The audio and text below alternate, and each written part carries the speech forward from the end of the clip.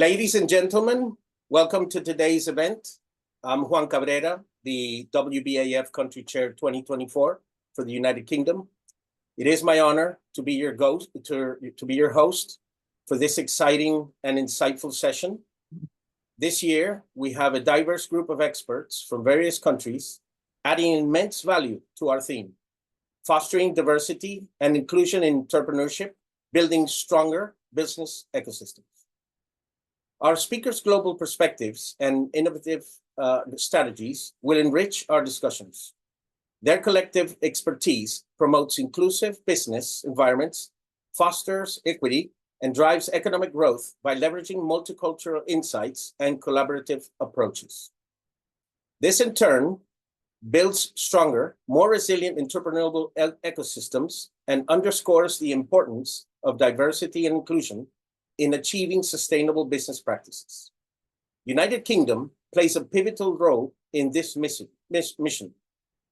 As a global financial hub, the UK offers unparalleled support for innovations, facilitating cross-border investments and collaborations.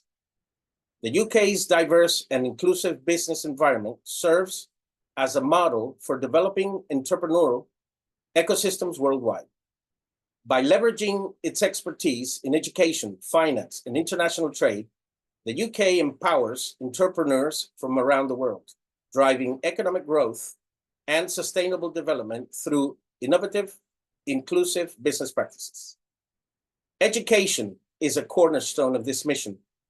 By investing in education, we empower individuals with the knowledge and skills necessary to innovate and lead. Innovation fosters critical thinking, creativity, and resilience, which are essential for entrepreneurial success. It also promotes social equity by providing equal opportunities for all, regardless of background. One of the core focuses of supporting emerging countries and the role they play in the global entrepreneurial landscape.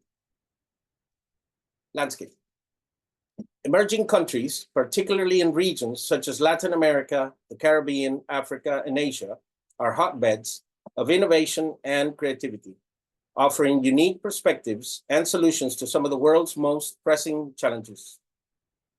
By fostering entrepreneurship in these regions, we not only drive economic growth, but also promote social equity and development. Our commitment to fostering diversity and inclusion extends to encouraging and supporting young entrepreneurs.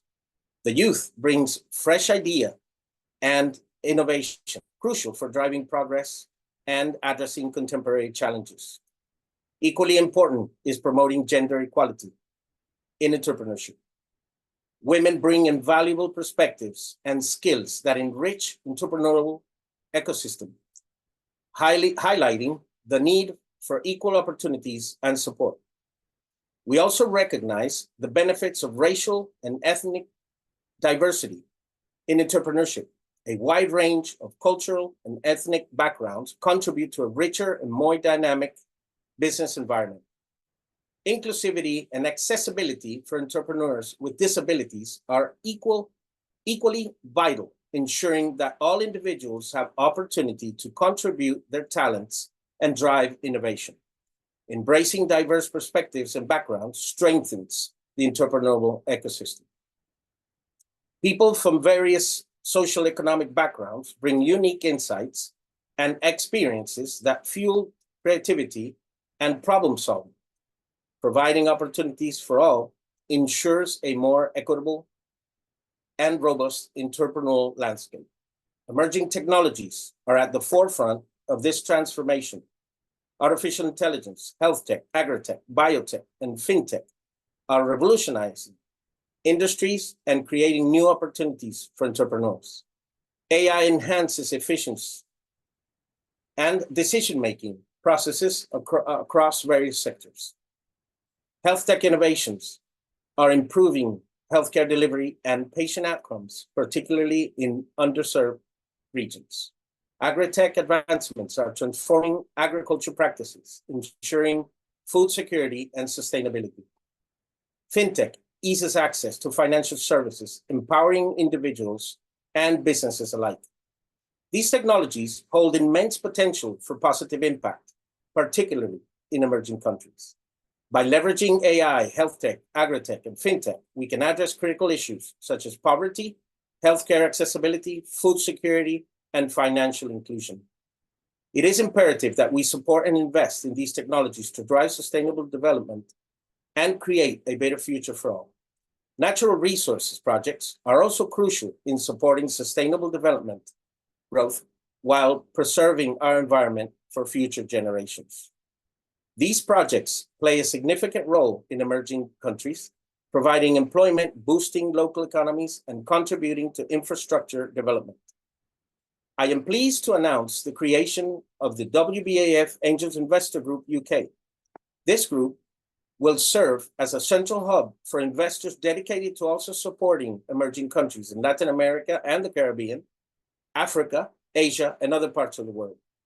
This initiative will significantly enhance our efforts to foster global entrepreneurship and innovation, providing crucial resources and support to entrepreneurs across diverse regions. I want to thank each of you for joining us today. This event is a testament to the power of collaboration and innovation in driving global entrepreneurship forward. By working together across borders with a common vision and smart dynamics, we are well placed to bring about a positive change in the global economy. Thank you. Next, we have a special welcome video message from a global chair, Baibars Altuntas, the chairman of the World Business Angels Investment Fund.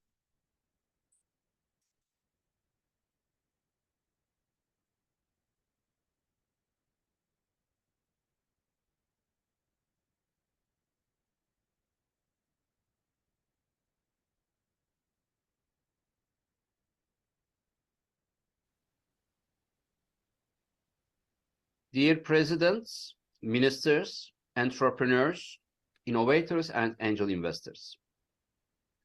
In today's rapidly evolving business landscape, the need for diverse and inclusive entrepreneurship has gained significant recognition.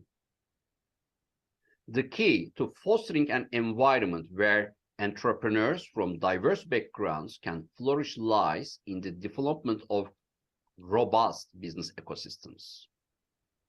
The World Business Angel Investors Week 2024 aims to explore the significance of diversity and inclusion in entrepreneurship. It will also delve into such strategies for entrepreneurs to collaborate with a variety of stakeholders, working towards the creation of more supportive and equitable business environments. The World Business Angel Investors Week, globally coordinated by the World Business Angel Investment Forum, an affiliated partner of the G20 Global Partnership for Financial Inclusion, serves as a platform for stakeholders to pause and reflect on their rapid journey. It seeks to analyze the reasons and methods for leveraging smart finance as an essential financial tool for economic growth. Additionally, the week emphasizes how entrepreneurial ecosystems can generate more jobs, wealth, and social justice through collaboration with key players in early-stage equity markets. This week-long initiative provides an open forum for connecting, learning, sharing, showcasing innovations, and exchanging knowledge to advance entrepreneurship, innovation, and angel investment ecosystems. The WBAF asserts that building stronger business ecosystems with a focus on diversity and inclusion is a shared responsibility. Entrepreneurs, investors, governments, and corporations all play pivotal roles in creating an environment where everyone has an opportunity to succeed.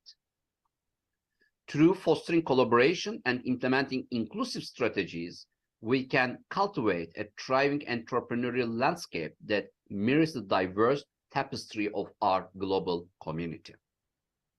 With this in mind, the stakeholders of the World Business Angel Investors Week have agreed on the theme for this year's week: fostering diversity and inclusion in entrepreneurship, building stronger business ecosystems. Throughout this special week, all stakeholders and participants will take a moment to reflect on their rapid progress, assessing the necessity of business transformation and its role in fostering entrepreneurship and innovation crucial for thriving in the 21st century economy. Additionally, there will be discussions on how entrepreneurial ecosystems can drive job creation, wealth generation, and social equity, particularly in collaboration with key players in early-stage equity markets amidst the post-pandemic economic landscape. I would like to thank in advance all the stakeholders and partners who will be contributing to World Business Angel Investors Week 2024. They will be highlighting the importance of stronger business ecosystems to foster diversity and inclusion in entrepreneurship, the theme of this year's event. I would like to thank the organizing committee and colleagues who will be taking roles as country chairs and co-chairs, global partners, keynote speakers, and panel speakers. Their combined efforts will create value for the world startup economies not only during this week, but in the future as well. They will focus on harnessing the collective knowledge of the world's most influential women leaders, policymakers, entrepreneurs, and artists with a view to addressing critical issues of early-stage equity markets in the new normal. The Week 2024 will also be a great platform from which to campaign for solutions to critical issues and other worldwide concerns at the United Nations, the European Union, and in G20 countries. The ultimate goal of all of the week's keynotes, discussions, presentations, and workshops is to agree on a common roadmap for entrepreneurs, startups, and SMEs that will enable them to emerge from this pandemic period even stronger than they were before. I am pleased to announce the advancement of the week at the World Congress of Angel Investors, WBAF 2024, the premier gathering of equity and capital markets worldwide. Scheduled for November 19th and 20th, the World Congress will take place at the Four Seasons Hotel, Bahrain Bay. We extend a warm invitation to all global stakeholders to join us in Bahrain for the World Congress of Angel Investors. It is important to note that WBAF 2024 Bahrain will be held under the patronage of His Royal Highness, the Crown Prince and Prime Minister of Bahrain, Prince Salman bin Hamad Al Khalifa. We express our sincere gratitude to His Royal Highness for his unwavering commitment to fostering global economic empowerment through entrepreneurship, innovation, and angel investments. In conclusion, I am confident that each participant in World Business Angel Investors Week until next Sunday will benefit from the collaborative ideas, know-how exchange, training programs, and workshops, and global networking opportunities that are offered. I believe that by working together across borders with a common vision and smart dynamics in mind, we are well placed to bring about positive change in the global economy. Thank you.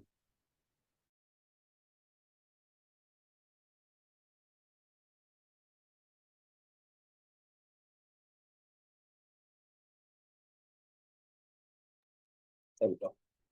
Continue with our program. It is my great honor to introduce our first keynote speaker, Her Excellency Linda Scott, the High Commissioner of Namibia to the United Kingdom. Please welcome Her Excellency Linda Scott.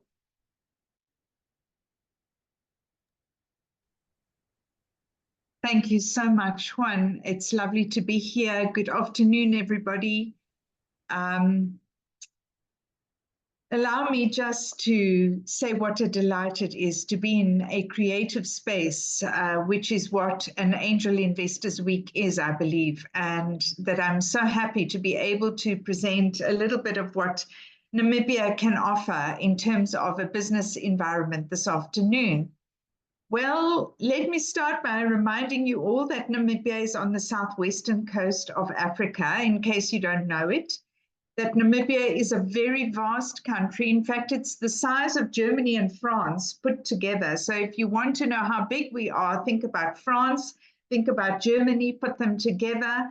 and then take everybody out and put in 3 million people, and there you have basically what Namibia faces, the challenges that go along with space, with getting everybody educated and funding hospitals and the infrastructure and so on. But you know, Namibia achieved independence 34 years ago and is currently ranked as one of the world's most stable countries.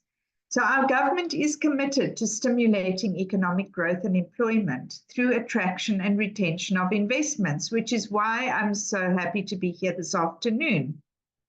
And of course, because of its vast size, Namibia has a variety of environments, from the highest dunes of the world, which stretch into the Atlantic Ocean, to some tropical forest in the far northeast, where we border the Okavango swamps, which I'm sure you've all heard about, of Botswana. And Namibia considers itself as strategically located along Africa's western coast. And then, of course, we border Angola, Botswana, South Africa, Zambia, and Zimbabwe. And that's why we position ourselves as a gateway for business and investment, which can reach local, regional, and global markets.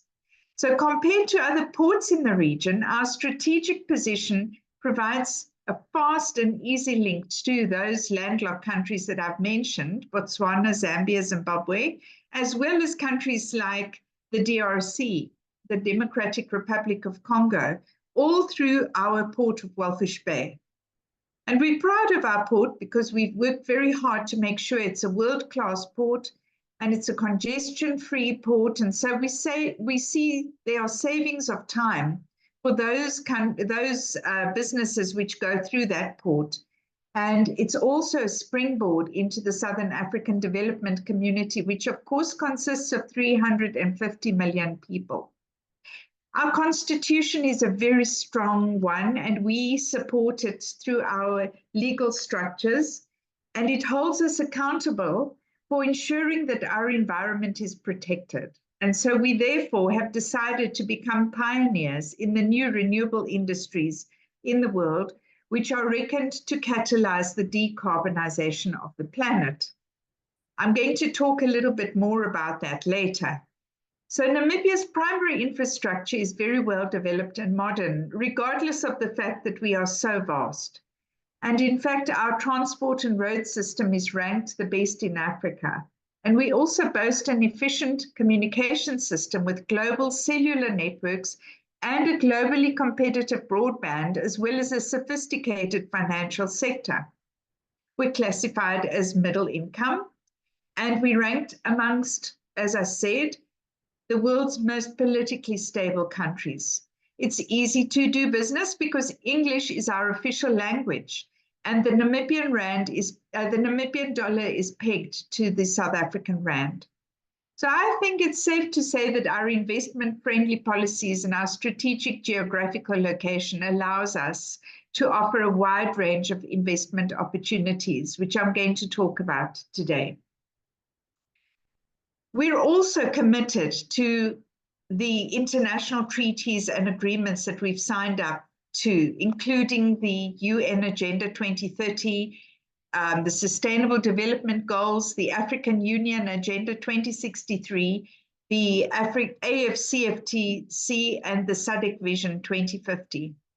And we may be small in terms of being an economy, but we are mostly export-driven, and we focus on key sectors such as mining, tourism, fisheries, and agriculture.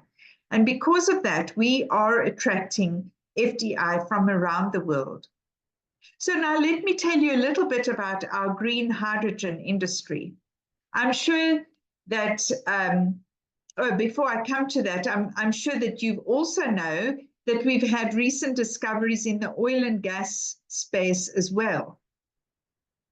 So suffice to say that I think our economic future has never looked more promising.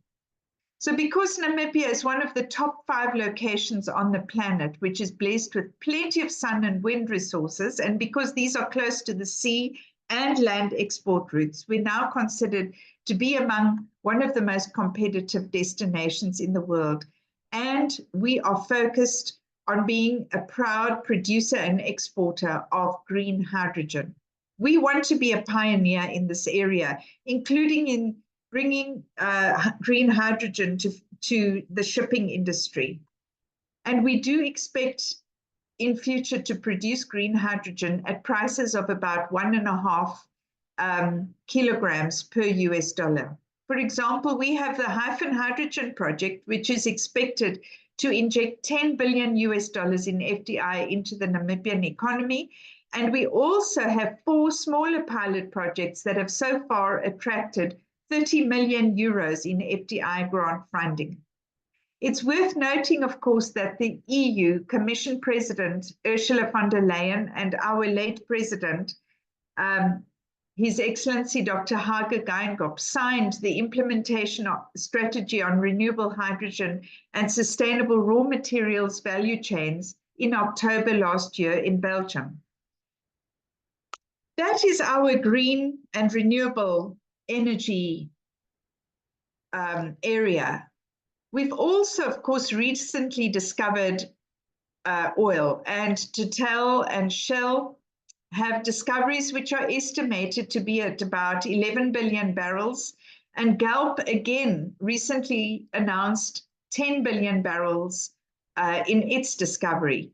And we also expect about 9 exploration wells to be drilled over the next year. So there are, as you can see, several lucrative investment opportunities in key sectors, from mining, oil and gas, renewable energy, to agriculture, agro-processing, tourism, and hospitality. And our country's potential does not stop at its land resources, because when you look at the fact that we have 1,500 kilometers of coastline, the opportunities for investment, for angel investment, for venture capital is all in the blue economy sector, from fisheries to marine tourism.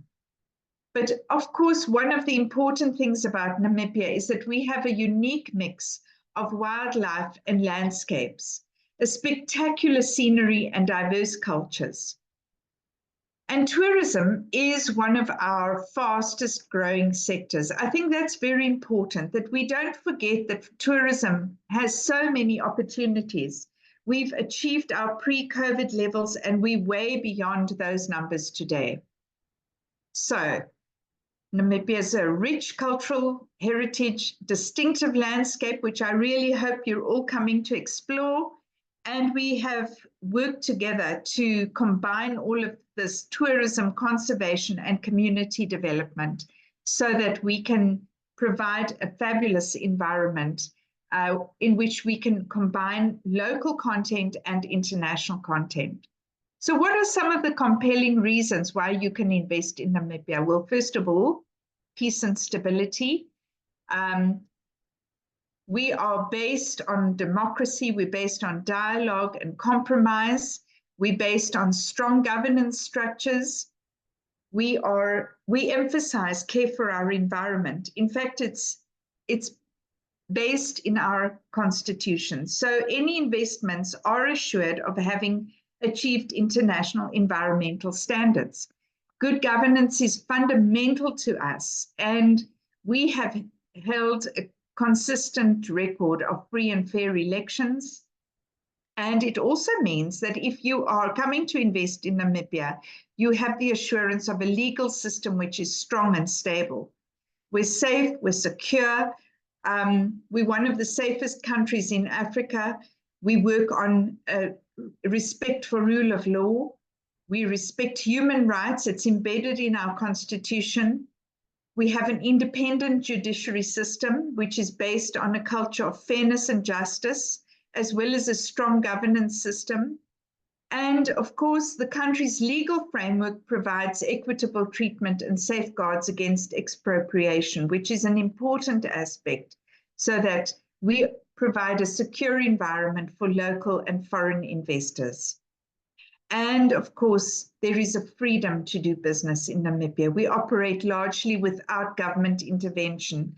And all we ask of companies is to make sure that they comply with the country's rules, laws, and regulations, and that they focus on environmental, social, and governance compliance.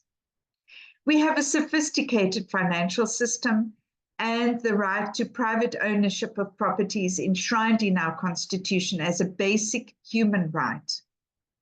Foreign persons or companies can, of course, own 100% of local Namibian companies, and foreign ownership of land in municipal areas or council areas, as they say in the UK, is not restricted. Just a couple of pointers further.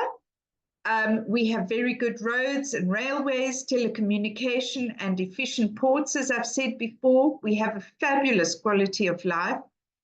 And we have a strong youthful workforce with half our population under the age of 25. And of course, I think it's important to note that we have a youth literacy rate of 96%.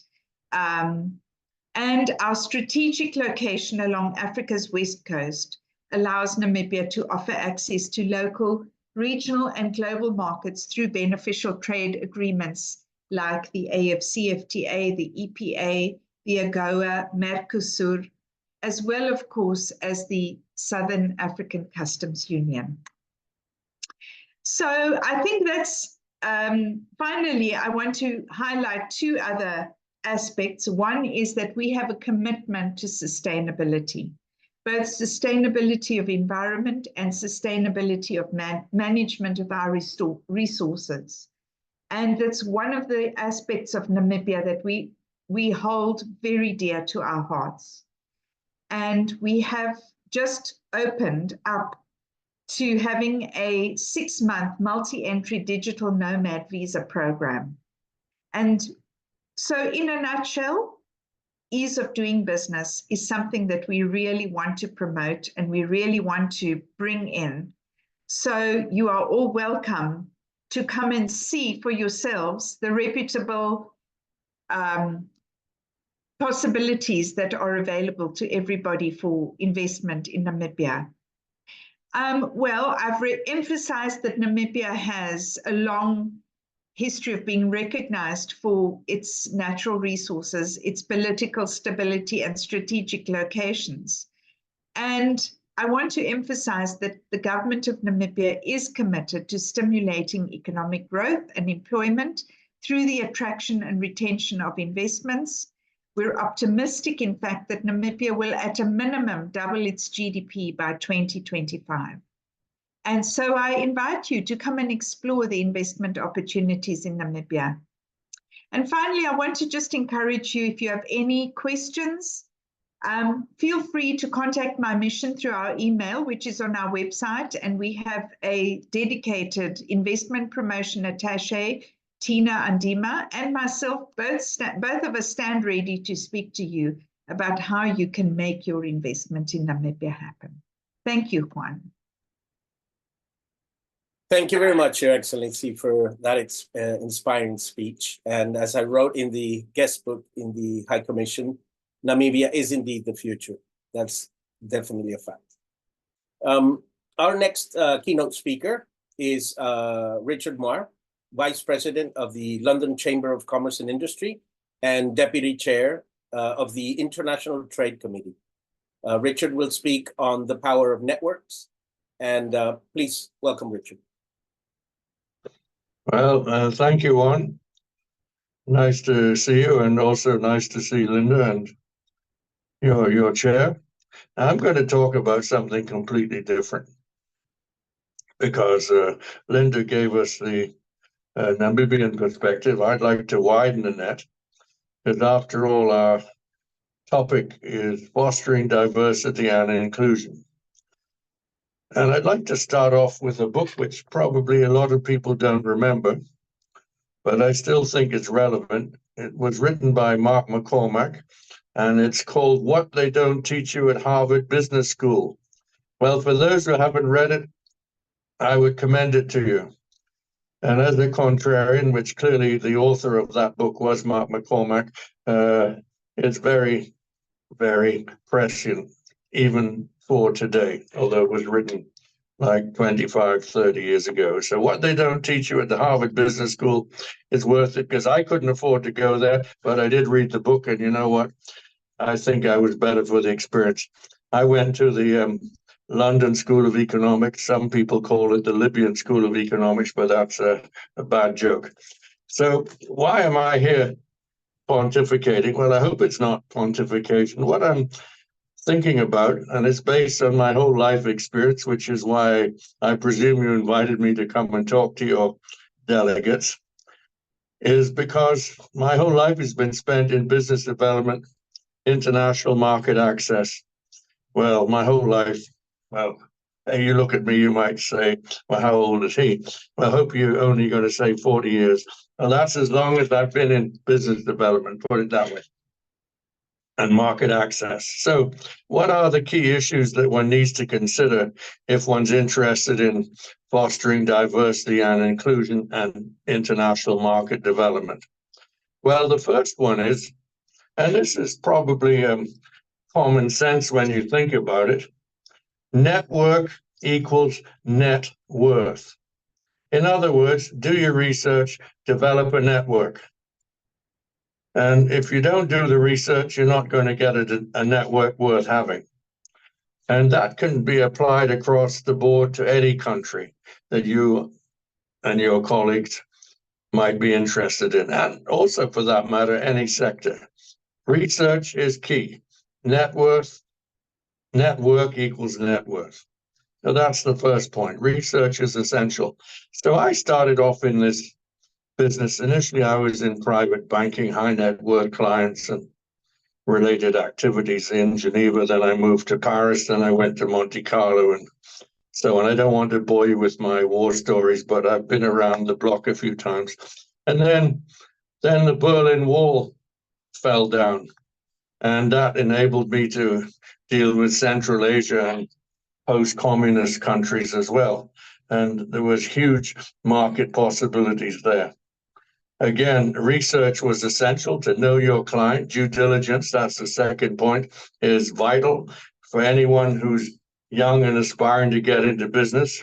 You need to do the research. You need to do the due diligence. You need to do KYC. You need to make sure that you conform with all the relevant national and international legislation when it comes to world trade.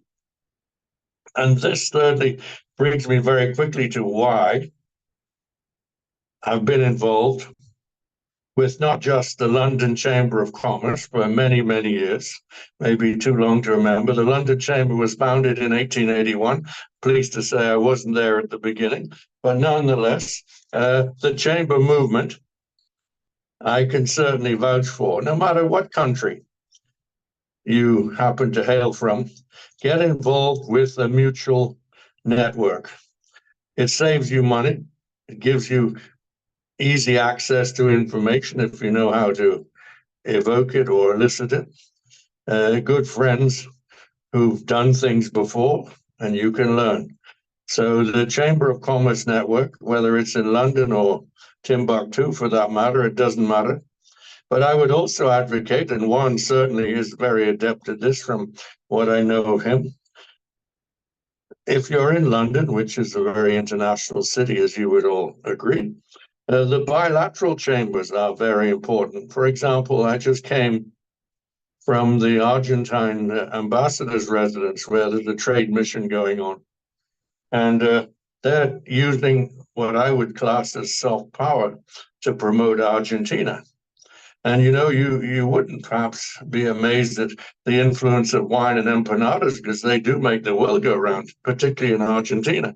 So soft power, bilateral chambers, the chamber movement as a whole, definitely very important. And you combine that with research. Now to get more specific, Linda mentioned something very interesting, which I knew about. If you want to do business, it's one thing to get market access to the country, but sometimes if you like the place, you'd actually like to live there. And Namibia have introduced just recently, as Linda said, nomad visas. Well, Namibia is not unique in this because I specialize in what's called citizenship and residency by investment. And we are in a mobile world, provided you can afford to pay for it. And certain jurisdictions in the Caribbean are particularly important for residency and citizenship by investment. And I actually work with one company, and well, if I'm allowed to, I'll mention the name, but I won't if I'm not. But citizenship by investment is worth looking at. You can even sit the exam, which is run by the Migration Institute in Geneva. And that will enable you to learn or acquire that knowledge, which will be useful adjunct to your business acumen. So you can learn about jurisdictions, their immigration policies, and how acceptable and open they are to high net worth and other similar investors. And another project that I've been involved with, believe it or not, is places that no one would ever want to think about because of, let's say, recent historical legacies like in Belgrade. So I've just become involved in setting up a Belgrade family office. There's business opportunities there. And then, more importantly, for the young people in the room, there's the Entrepreneur Studio. All this to say that business is not limited or relegated to one particular age group, those between, say, 20 and 60, and then you retire. It covers the whole gamut of age. And I can vouch for this in the sense that, given my age now, and I'm not going to reveal it, there's the longevity business. Think about it. So those at the younger end of the continuum are thinking about, let's get started, let's do an incubator and then commercialize an academic idea. But then you've got the other extreme, those who are elderly, who are worried about who's going to look after me in my old age. Well, that's called longevity. And the longevity business is increasingly important. Even, for example, I've been invited to look at a project. I don't think I'm going to touch it, but it's all to do with old folks' homes. Anything to do with quality of life after 60, or troisième âge, as the French say, is worth considering. Because every aspect of life is business. We're only limited by our own imaginations, after all. That's the fifth point. And finally, as we are talking about angel investors, and I did mention network equaling net worth, and I did highlight bilateral chambers. The final issue is,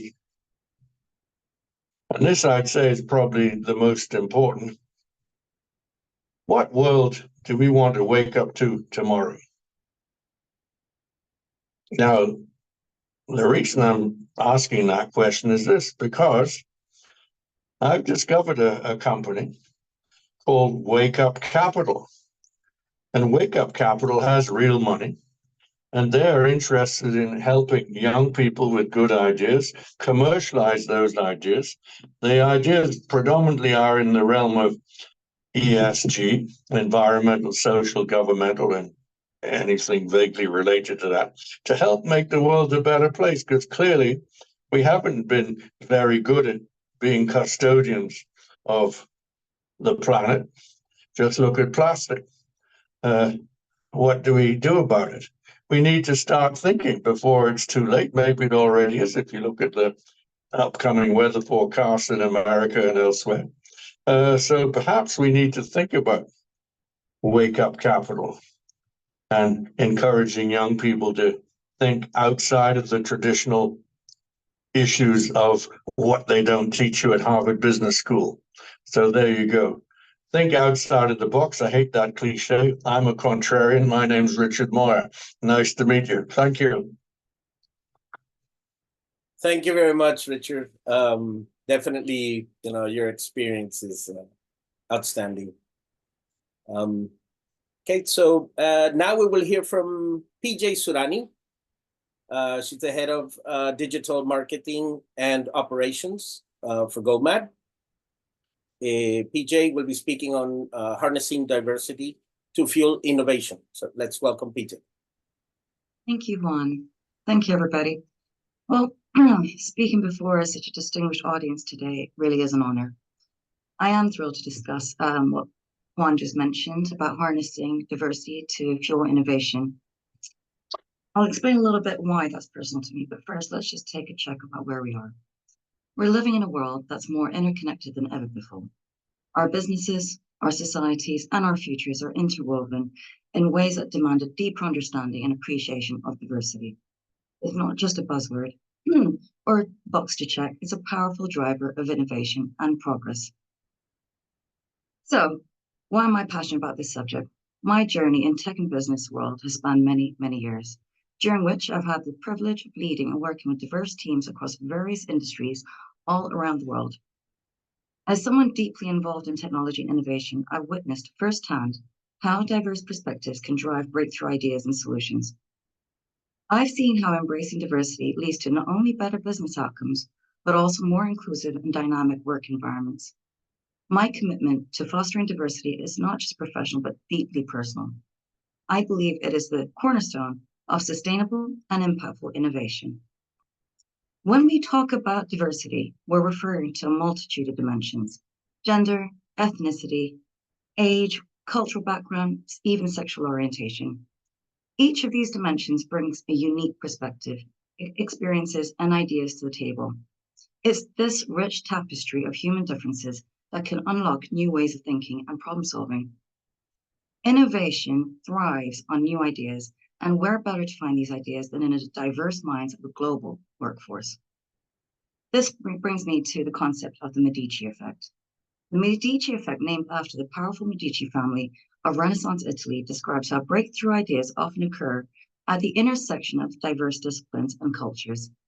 The Medici family brought together artists, scientists, poets, and thinkers from a range of different fields, fostering an environment where ideas could collide and create unprecedented innovation.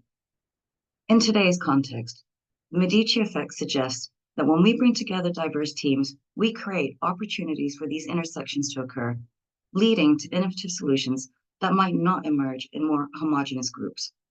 By embracing diversity, we set the stage for the kind of creative collisions that lead to groundbreaking advancements. Imagine this: a team of engineers from different parts of the world coming together to solve a complex technical problem.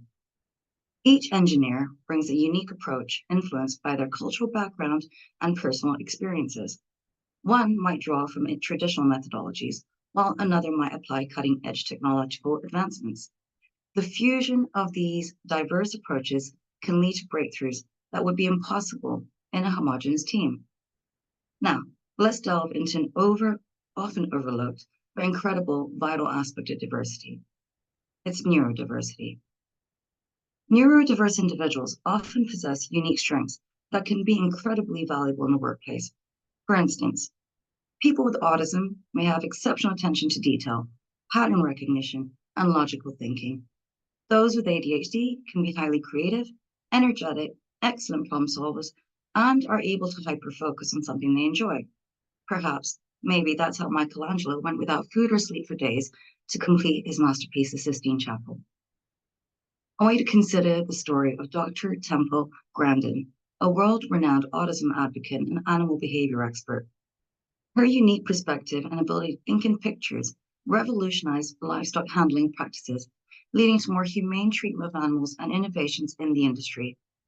This is the power of neurodiversity, providing a new lens through which we can see and solve problems. As investors and advocates of innovation, it is our role in fostering and supporting startups, embracing diversity within the investment strategies. It will not only bring enormous benefits, but will broaden the portfolio and broaden the ecosystem. In fact, research indicates that diverse teams and companies that often outperform less diverse peers. For example, a study by Boston Consulting Group found that companies with more diverse management teams have 19% higher revenue due to innovation. Allow me to share some examples of how embracing diversity has benefited investors and their portfolios. Backstage Capital focuses on investing in underrepresented founders, including women, people of color, and LGBTQ+ entrepreneurs. By targeting these groups, Backstage Capital has identified and supported innovative companies that traditional venture capital might often overlook, leading to a diverse and high potential portfolio. Another example is Capra Capital. They have a strong focus on investing companies that closes gaps of access, opportunity, and outcome for low-income communities and communities of color. Their approach has not only led to more impactful societal change, but also impressive financial returns, thus demonstrating diversity and profitability can go hand in hand. Furthermore, the National Bureau of Economic Research revealed that diverse teams produce more frequently cited patents.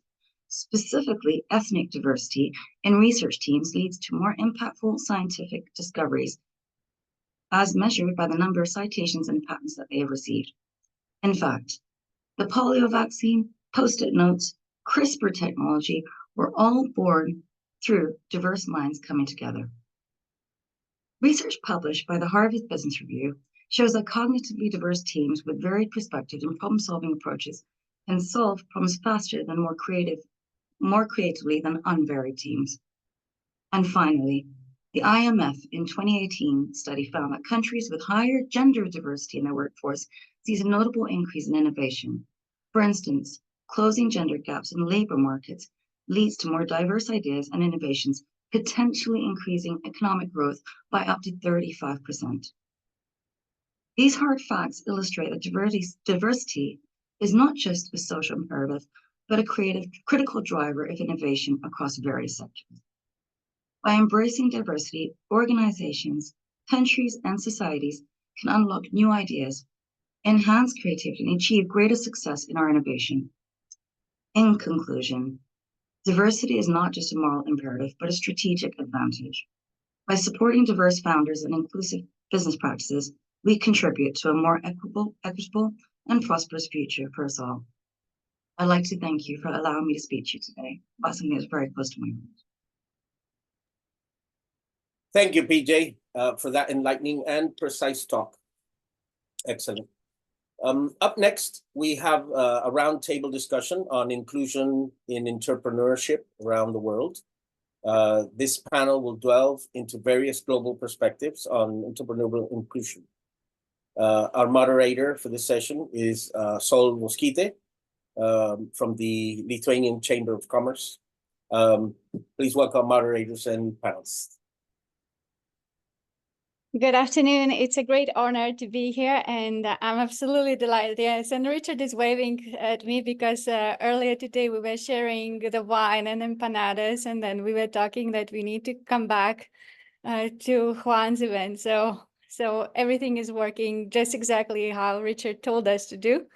The business here in the UK and everywhere else in the world.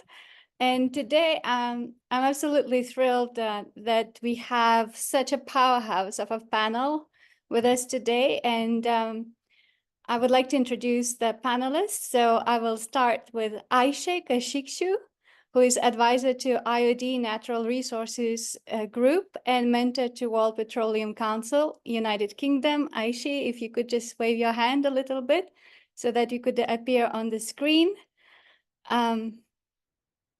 Then we have Dan Ivenga, co-founder of London Venture Capital Network in United Kingdom. If you also raise your hand and wave at us, Dan, so that we know who you are and what to expect from you. Next one, we have Joel Opola, who is Chair Africa Group, Institute of Directors, United Kingdom. Joel, if I saw you earlier today, if you could wave your hand and just announce about yourself. And then we have Tammy Dawson-Doughty, head of UK Fresh Produce Network, United Kingdom. Tammy, will be all ears to listen to what you got to say. And if you could wave your hand, just so that we know where you are and what to expect of you. Next, we have Gabrieta Gateva, entrepreneur, United Kingdom. I'm very excited about Gabrieta today because she has such a unique and important perspective about the generations. And then last but not least, we have Tamam Akari. And what I liked about Tamam Akari, who is Corporate Strategy Advisor, United Kingdom. So what I particularly like about Tamam Akari, because he truly showed up as a C-suite professional as he is. So it was very, very pleasing to me, and it's just coming forward very strongly, very proactively, and it makes me want to do business with him. So what next I would like to do, I would like to give the opportunity to each of the panelists just a few minutes just to present, to highlight their expertise. So Ayşe, we start with you. Thank you, Sally. Hello, everyone. Hello, everyone. Thank you, Sally. I'm very happy to meet you today in this panel. Thank you for wonderful opening speech, Sally. I'm Ayşe Kaşıkçı. I have worked with automotive and oil and gas sectors. I do research on energy transition and ESG. I am also interested in sustainable mining and work for the development of the investor relations professions. I'm also delighted to be advisor of the IOD Natural Resources Special Interest Group. I would like to thank World Business Angel Investments Forum, Mr. Baybar Saltuntaş, and Mr. Juan Cabrera for this important event. I hope our discussion will maximize the benefits for everyone. To make a general assessment, I would like to start with some figures. In 2023, the startup landscape was predominantly shaped by emerging sectors such as artificial intelligence, software as a service, and fintech, as well as geographical transitions, rising concerns about inflation and interest rates, and challenges around valuation and exit strategies.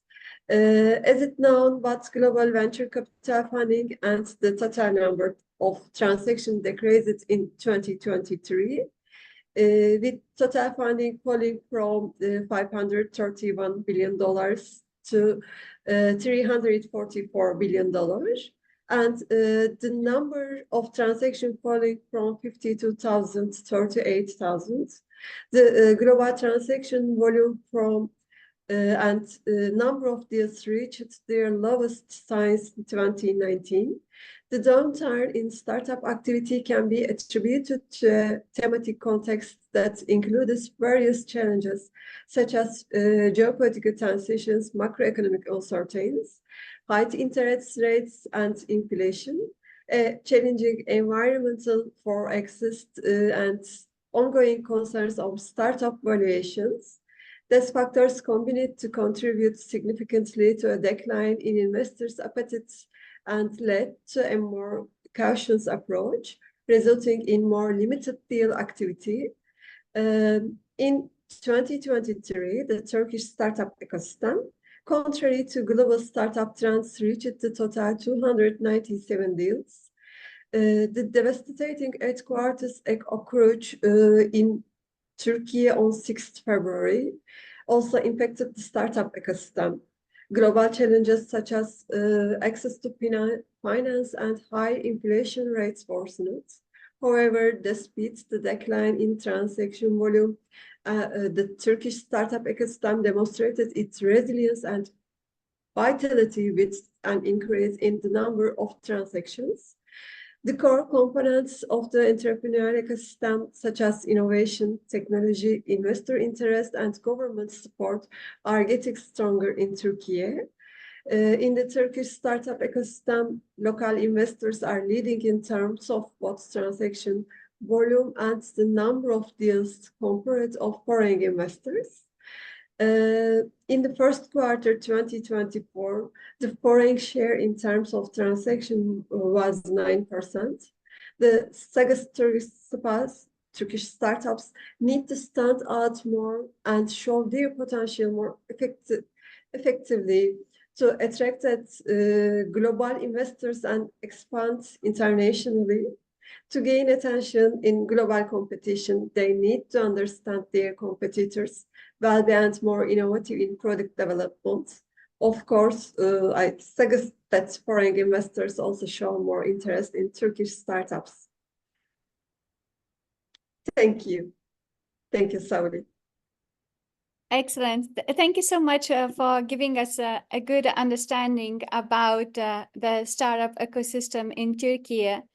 And what would you recommend for a sustainable ecosystem? Would you have any recommendations? In today's economies, one of the most important factors determining the competitiveness of countries and regions is their innovation capacity. One of the main factors determining innovation capacities is enterprises. Considered the cornerstones of the economy due to the dynamism, employment, income, and most importantly, welfare they create. For this reason, I believe that the sustainability of enterprises is very important for sustainable national economies. Innovation capacity, which is primary mission for enterprises, is critically important for the development of countries. This is not a one-size system. It is equally important for to finance the enterprises that emergence with innovation capacity. At this point, investors who are willing to take high risk and expect high returns come into play. In some cases, angel investors may prefer to remain only as observers, while in observers, they may provide guidance on management, strategy, human resources, and marketing based on their experience with the startup they have invested in. It is very valuable. Entrepreneurs should both do aware of these opportunities and try to project the story of their venture. At this point, for the system to be sustainable, the roles all actors should be well defined. System with clear boundaries and areas. Authority can be more long-term. Relationship management and stakeholder management are critically important for sustainable systems. The multifaceted process requires regular, systematic, and continuous work without giving up. Working entrepreneurs should remain loyal to their own enterprises and universal values. This will also bring them investor confidence because an angel investors spend as much time and effort as an entrepreneur in that best result and ensuring continuity. As I said at the beginning, as important as enterprises are for national economies, angel investors are equally important. Finally, we can also encounter new business process over time in the medium-long term. I think that with the effect of artificial intelligence, many of the topics we talk about today will change and we will start talking about new things. One of the most frequently encountered topics recently is the decentralized autonomous organizations. I believe that this new governance system will be much more talked about. Thank you. Excellent. Thank you so much, Aisha. And Dan Ivenga, I have got a lot of questions for you, and I just would like to start you with highlighting your expertise, please. Good afternoon to all the attendees. Thanks so much to Juan for hosting us. This is really an honor to be here. In terms of my background, I'm a fintech venture capital investor. I also am a co-founder of London Venture Capital Network, where we provide access to VC through events, publications, and our venture capital fellowship for recent graduates and students.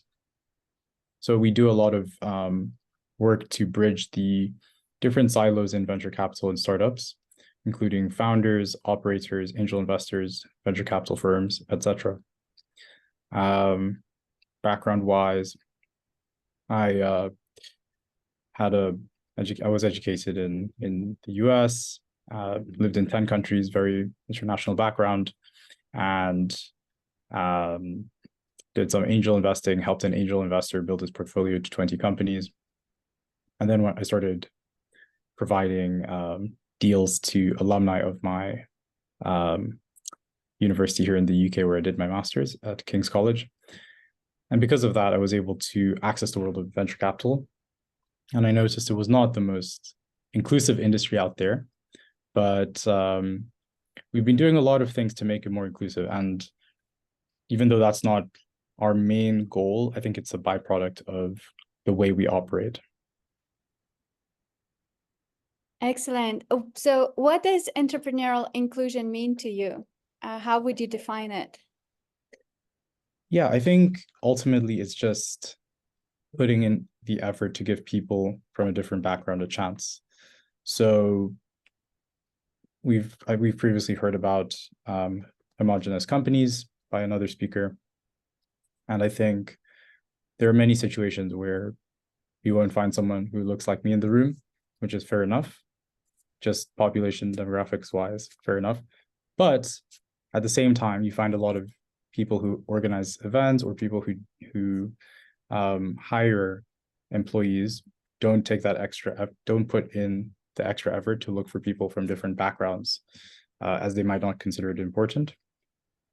But they also don't understand, the additional layer of difficulty it might take to get into some of these industries, whether it's private equity, whether it's venture capital, even opening the door to angel investing.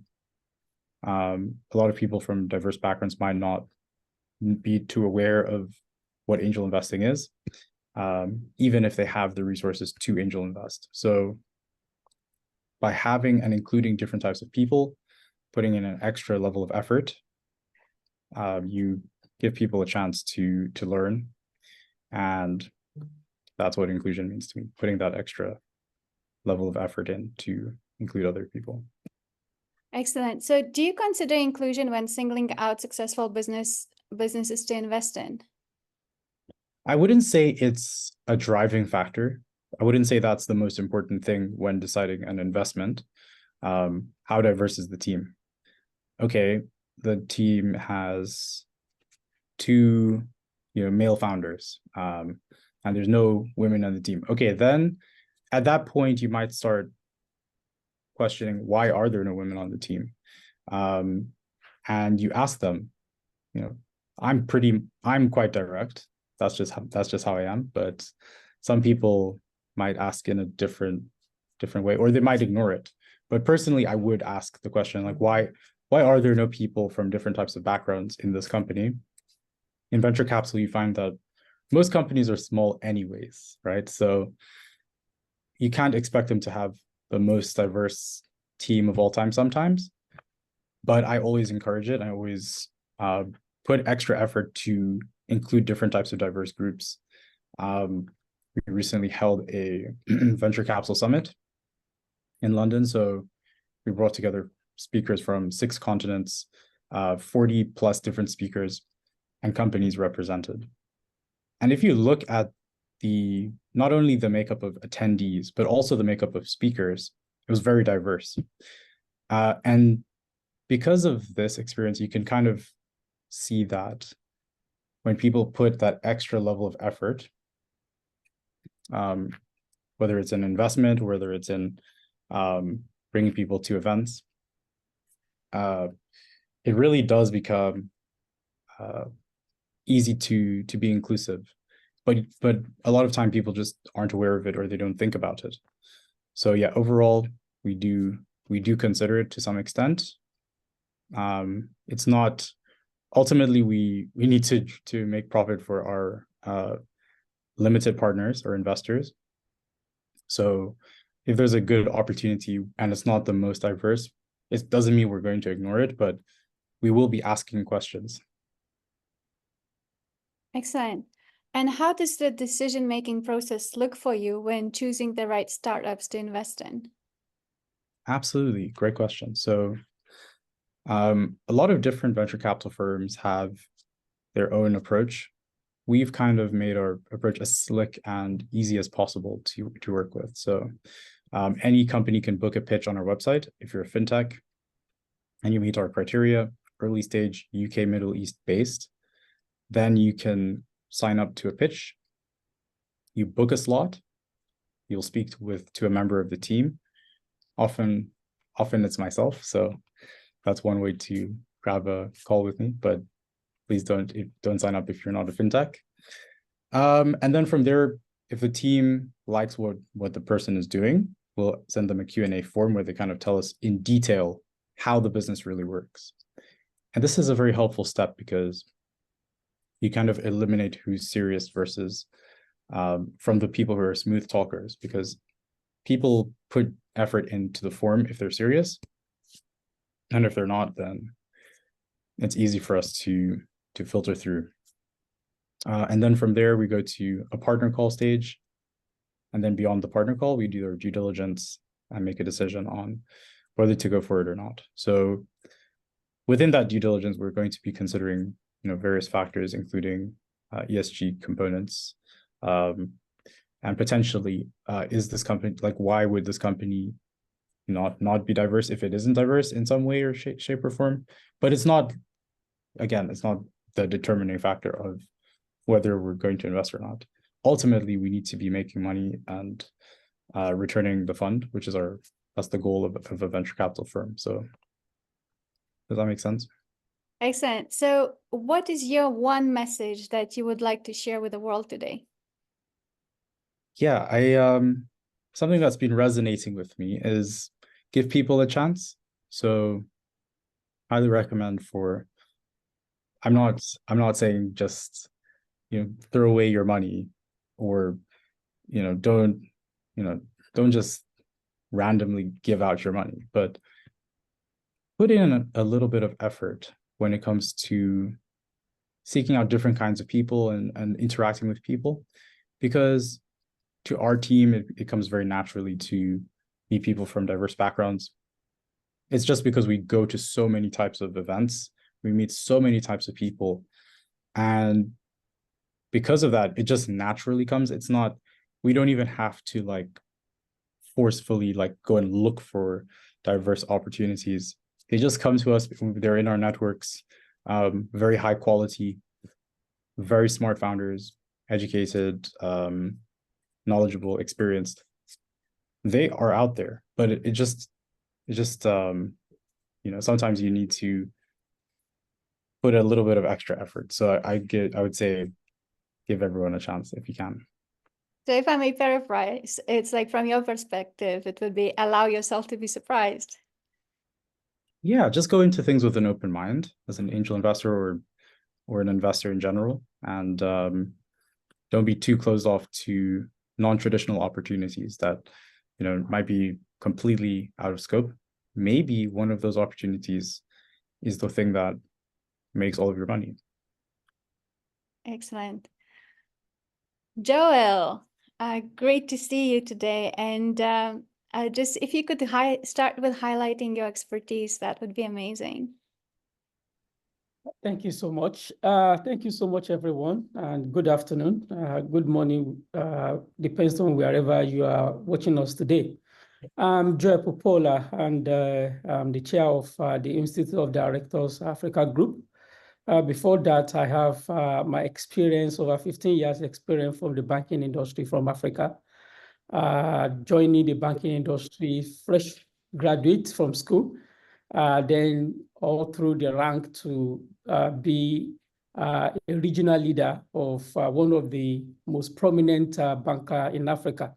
I started with the African Global Bank called UBA, United Bank for Africa. So that gave me a real foundation about the continent of Africa. Then here in the UK, I've worked with a renewable energy company, also deporting portable electricity to African continent in partnership with another UK company to Malawi, to Rwanda, to mostly East African countries.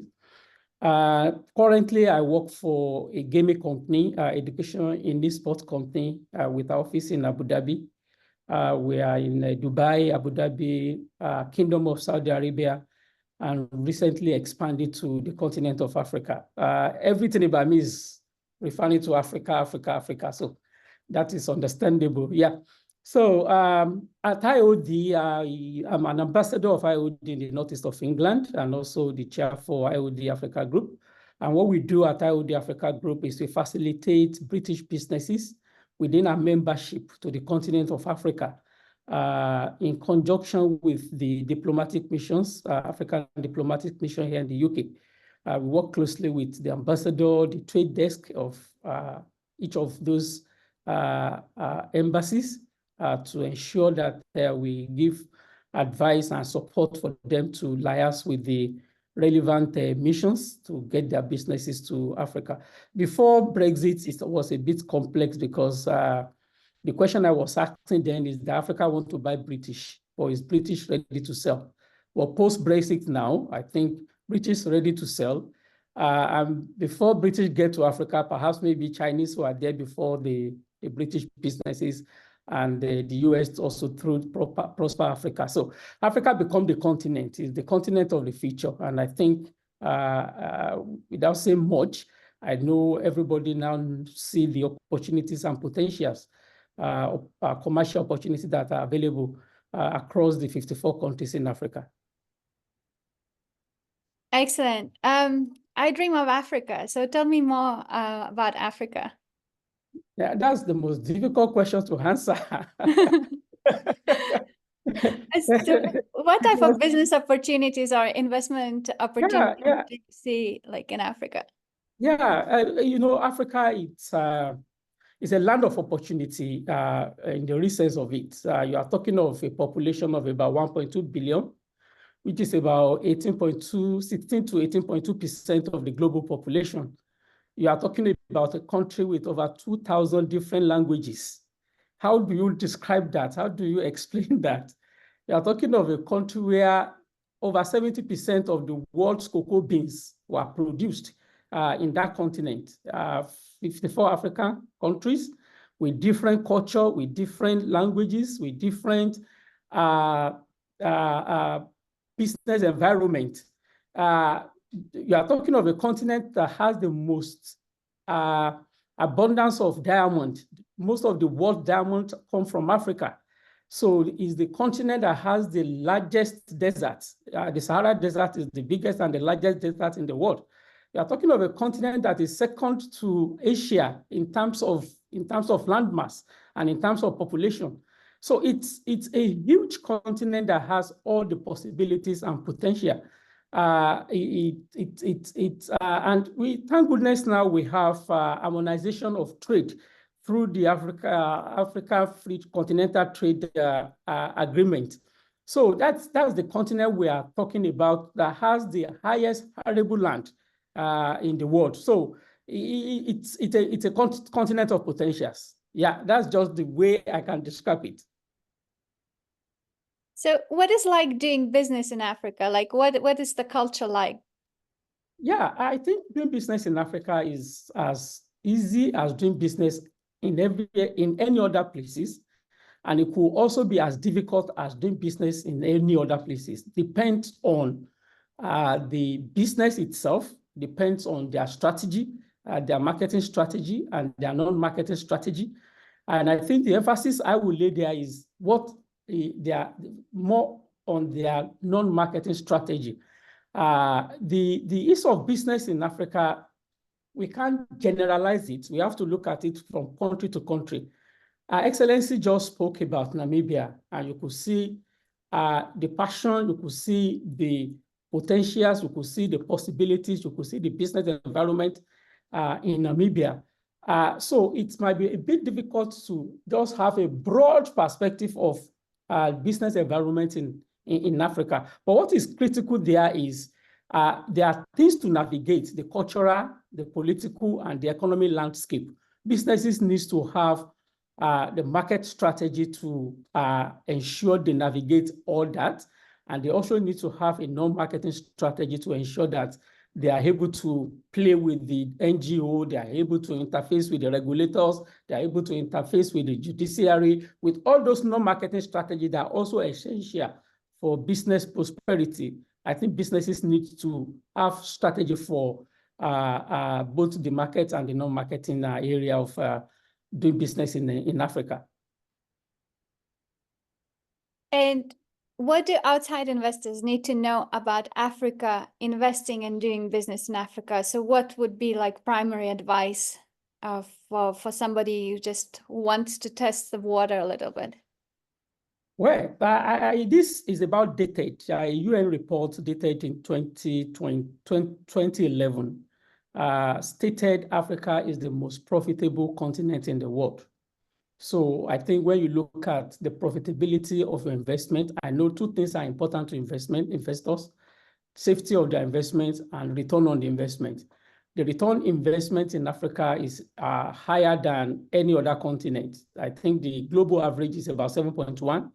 And at the date of the report, Africa could give you about 11.4%. So in terms of profitability, Africa is a place to go. Also, before the pandemic, 6 out of 12 emerging markets are from Africa. You can talk about DRC, you can talk about Ethiopia, you can talk about Mozambique, Rwanda, Tanzania, Namibia. Those are countries that are described as the fastest growing economy, emerging markets, in the emerging market. So I think for an investor, that would be of interest to them. If, for example, I want to invest in Malta or I want to invest in Nigeria, the population of Malta, it's less than 500, about 500,000 people in Malta, and then compared to a population of over 200 million. So we have the youth population in Africa, which is another thing that I think any business or investors can consider. Africa growing youthful population, it's phenomenal. The continent population is predicted to be about 4.39 billion by 2035. So that's kind of the population we are really talking about. So, and I think also opportunity for businesses that are looking for example, UK strategy for semiconductor will be achieved through Africa, through places like DRC. So we have largest deposit of natural resources that promise a brighter future for developing value chain.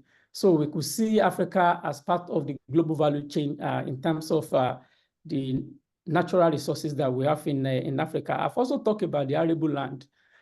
We have the highest hectares of land that can grow almost everything. So, and I think Africa will be the powerhouse to feed the world in the coming years. So those are the things that I think investor needs to know is the prospect of the country, the market, the youth, the market, the labor market, because we have youths there who are educated. Majority of them are well educated from here, from the UK. So I think those are the opportunities that I think investors can consider if they are going to Africa. Then where they are going to now is a different question. So each investor needs to do a bit of due diligence in the country of choice when they are expanding abroad. They need to look at the logic of place of the country and look at that vis-a-vis their own growth strategy. So to come up with a willing, compelling proposal that can deliver for them in the country where they are going. Companies like MTN, I know before MTN came to Nigeria in the 90s, I think Vodafone was first, was either Vodafone or T-Mobile was the first that Nigerian government approached them.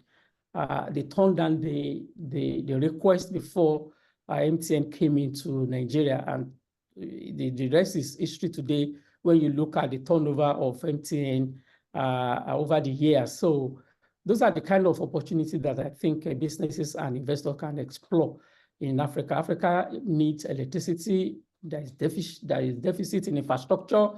There is deficit in water sanitations.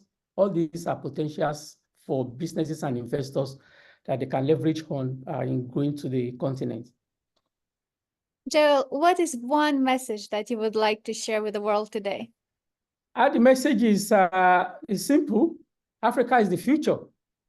That's the message. Everybody needs to know that the future is Africa. Is the future. Yeah. Excellent. Thank you so much, Joel. Now, Tammy, we are coming to you, and we'll start with highlighting your area of expertise. Good afternoon, everybody. Thank you for having me with you today. It's been very interesting to hear about everybody. I'm in rural Lincolnshire, So you'll note that I keep turning the screen off. That's because our bars of signal drop out very, very frequently. We're not as lucky as you central people over here. So forgive me. My background actually isn't agriculture. It is actually medical physics. I won an academic success award and got a scholarship with a university to study medical physics and was appointed by a hospital. I left that and went into social housing. So you've all spoke about inclusivity and social mobility and giving people chances. I worked within social housing for 12 years and saw a very diverse group of individuals and developed a support service within that sector, which was quite transformative and prevented homelessness. I then moved on to education, and more recently I'm a chair of directors within the education setting. But now, for a short 6 months, I'm with the UK Fresh Produce Network as their head, which is a part of a Chamber of Commerce, which something Richard spoke very brilliantly about. So I won't go any further with that. So that's a little bit of the background, and my expertise is quite broad. So yeah, enjoyable background. Excellent. So can you tell us more about UK Fresh Produce Network, and also I believe you want to center today about agribusiness economy system in the UK? Yes, that would be a pleasure. So the UK Fresh Produce Network is a dynamic initiative at the heart of the UK agricultural landscape. And we're based in Lincolnshire, but we service the needs of the UK and now looking globally. We're a collaborative network designed to strengthen the agri-food sector in Lincolnshire, where we are based, and like I've just said, spreading that net. The UK, and Lincolnshire more personally, is referred to as the food valley of the UK. So if you don't know much about Lincolnshire, we are big skies and vast farmlands with brilliant soil for this produce. Our network brings together farmers, processors, distributors and retailers, and anybody within that supply chain. We are committed to fostering a community of innovation, sustainability and excellence within fresh produce. We lobby, and more recently have formed an APPG with the support of Lord Waverley, which is just absolutely brilliant. We've had a fantastic 6 months, and that was the icing on the cake for our members. We are committed to really showcasing the sector at its best. It's a really interesting sector and it's really diverse. And we want to open up those educational pathways into the sector to encourage more young people to take up those agricultural roles and see the breadth and depth of them within our agricultural community. Lincolnshire's agri-food sector is an absolute powerhouse, and it significantly contributes to the UK's economy. The region produces 1/3 of the UK's vegetables and salads and 12% of its poultry. The sector's market value alone in Lincolnshire is 2.5 billion annually. This economic impact is bolstered by a robust business ecosystem, and that supports innovation growth at every level of the supply chain. So that's new emerging markets, everybody coming into the supply chain, and those that are functioning right at the high end there. Our business model at the UKFPN is centred on inclusivity and collaboration. We actively engage with a diverse range of stakeholders, from small-scale farmers right through to large agribusinesses, ensuring that all voices are heard and valued.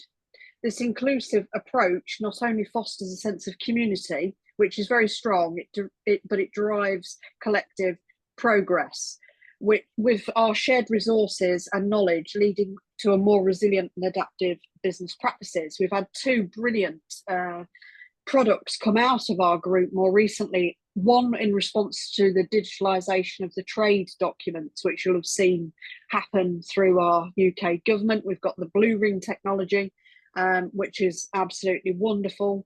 And we work very closely with one of our members, Ventum Dynamics, on the omnidirectional wind turbine. So we're covering everything from agri-tech right through to ESG. And innovation is at the core of our operations. Lincolnshire is home to cutting-edge research and development as well. So, our facilities are absolutely outstanding. We've got pioneering advancements in agri-tech and sustainable farming practices, from precision agriculture right through to automation to novel crop protection methods and waste reduction techniques. Our region is at the forefront of agricultural innovation. The business ecosystem surrounding Lincolnshire's agricultural sector is, like I said, very, very supportive. There are numerous initiatives such as grants, subsidiaries, advisory services, all aimed at promoting business growth and sustainability. And like Richard said, it's about that networking. So at UKFPN, we make sure our people are in the know or are in those right networks, both locally, nationally and internationally, so that they're getting the best out of that signposting.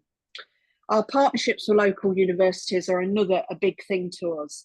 They play a crucial role in translating scientific breakthroughs into the membership, and so they understand what's going on and into the wider community. The UK Fresh Produce Network is more than just a network. It is a vibrant community, inclusive, innovative, and we focus on collaboration. We're very proud, as you've probably heard me rattle on there about what we do, and I appreciate your time and thank you for listening. But this is a vital time for our sector. There are lots of challenges and we need as much help and support as we can get, so thank you. Excellent. So what is your one message to the world today?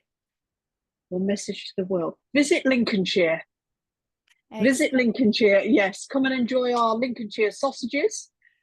See our big skies, see our wonderful farms and innovation, and support us at the UKFPN in our mission.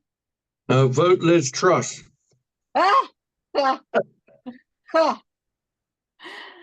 Excellent. Thank you so much, Tammy. And now next one is Gabrietta. And Gabrietta, if you could start by highlighting your area of expertise, that would be amazing.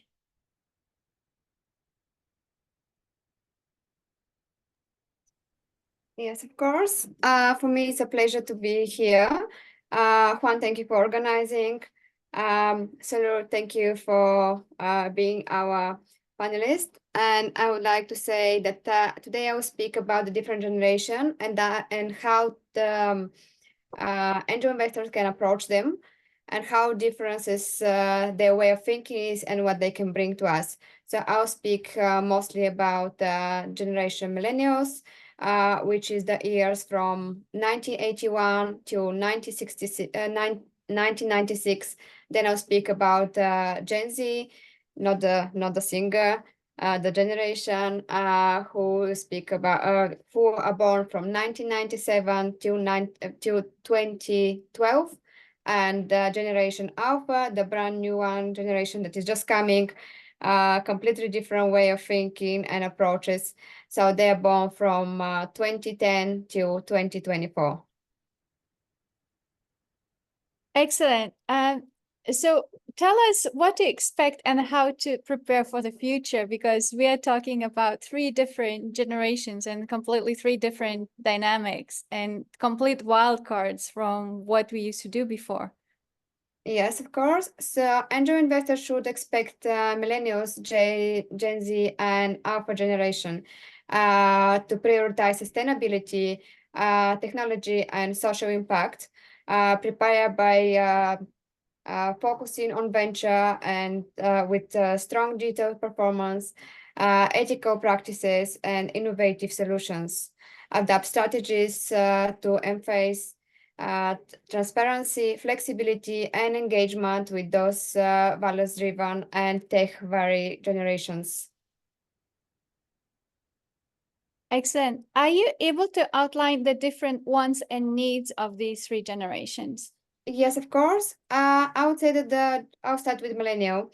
So millennial generation that are born right in between the 2 centuries, the 20th and 21st centuries.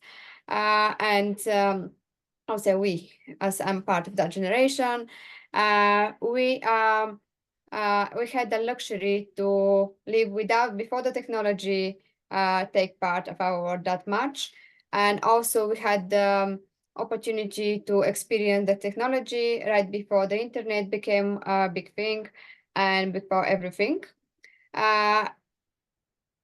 We are very self-driven and we like to approach new things. However, Generation Z, the next one, they're much more tech-driven people. For them, it started to become more visual. Everything that they would like to do is more. They're much more enthusiastic about doing things, about startups and everything. And the new generation that is coming, which is Alpha, they're very tech people, very visual people. I would say there is, I would call it a mass consumption. But on the other side, they're also thinking about something that that Richard Moore earlier mentioned. In what world would you like to live tomorrow, to wake up tomorrow? So all those generations, we really think about tomorrow, and we really think about what tomorrow will happen and what tomorrow will, how to bring something better to the world, how to have better technology and to make the life easy, but at the same time thinking about sustainability. And Gabby, can I just add, don't forget longevity, because we are living longer, and we need to consider that too. Yes, the med part, yeah. Excellent. Like one of the things that we discussed yesterday, Gabriela, is like the different engagement and approach, like how the different generations engage. Let's say whether it is platforms or something like that. Can you talk more about that? Yeah, of course. I would say that Generation Z and Generation Alpha mostly, they are quite keen on communicate via social media. They're these new generations that are really creating new things, and they are very keen on short videos, and they're the ones that are on Instagram and TikTok. I would say in order to approach them is not just going by universities to find those talented people, but also via social media. Excellent. Gabriela, what is one message that you want to share with the world today? I would say give a chance for new approaches, and let's create better world together. Excellent. Excellent. Tamam. You're the last, but definitely not the least. The floor is yours, and let's start with highlighting your expertise. Yeah, thank you. Thank you. I can certainly do that. First of all, thank you, Juan, for organizing this session and to put together all these great people. And thank you, Sole, for your lovely introduction. Actually, if my mother were here and heard you, she wouldn't have believed it. And my father would have laughed. Anyway, I initially come from the legal industry, where I spent over 20 years as in-house, advising companies, mainly large-size companies and MNCs, multinational companies. And besides being an international business law graduate, I'm also a business and management graduate.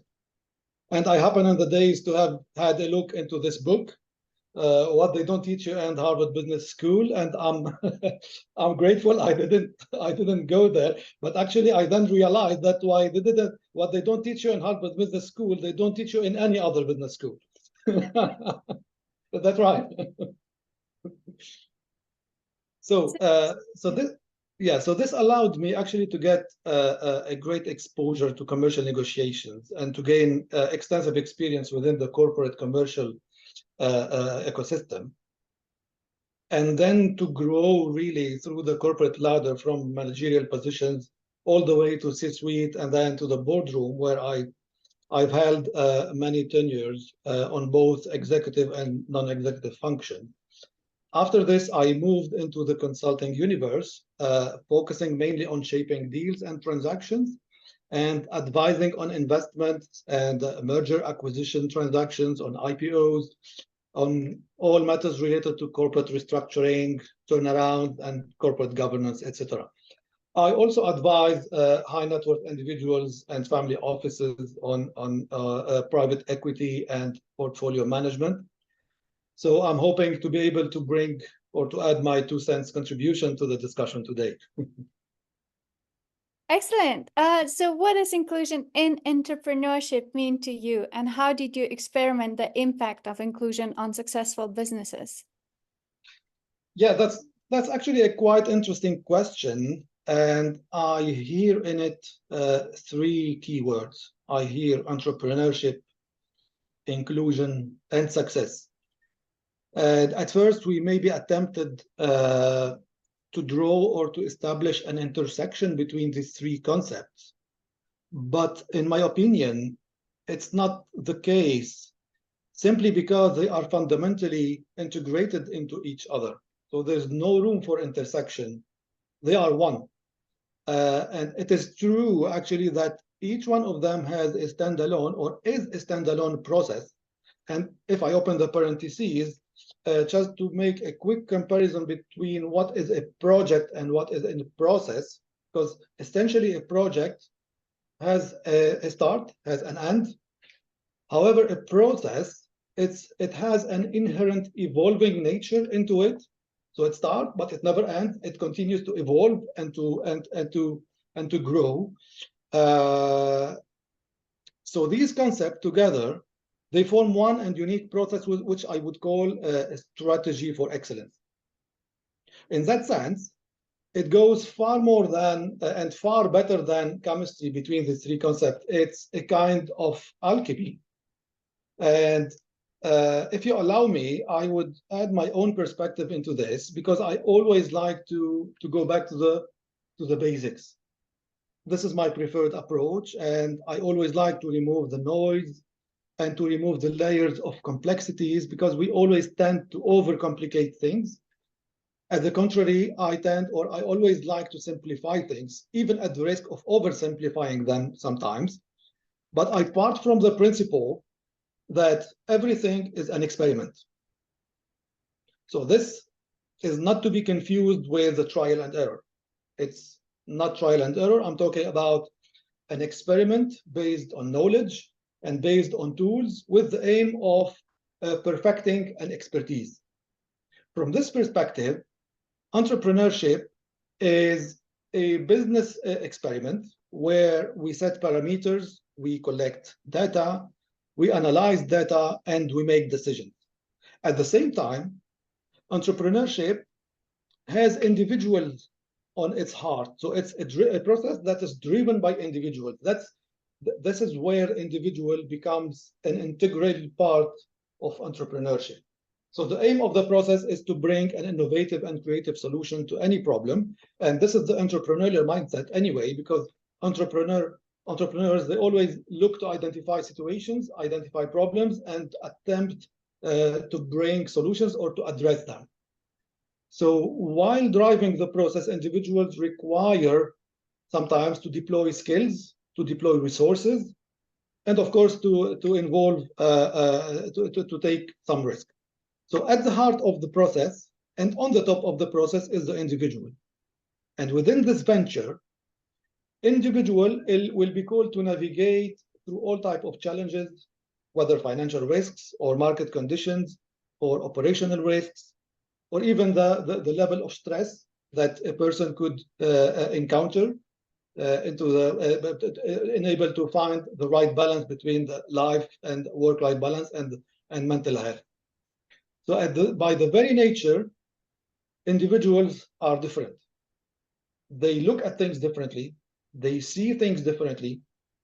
They have different and various approaches to things.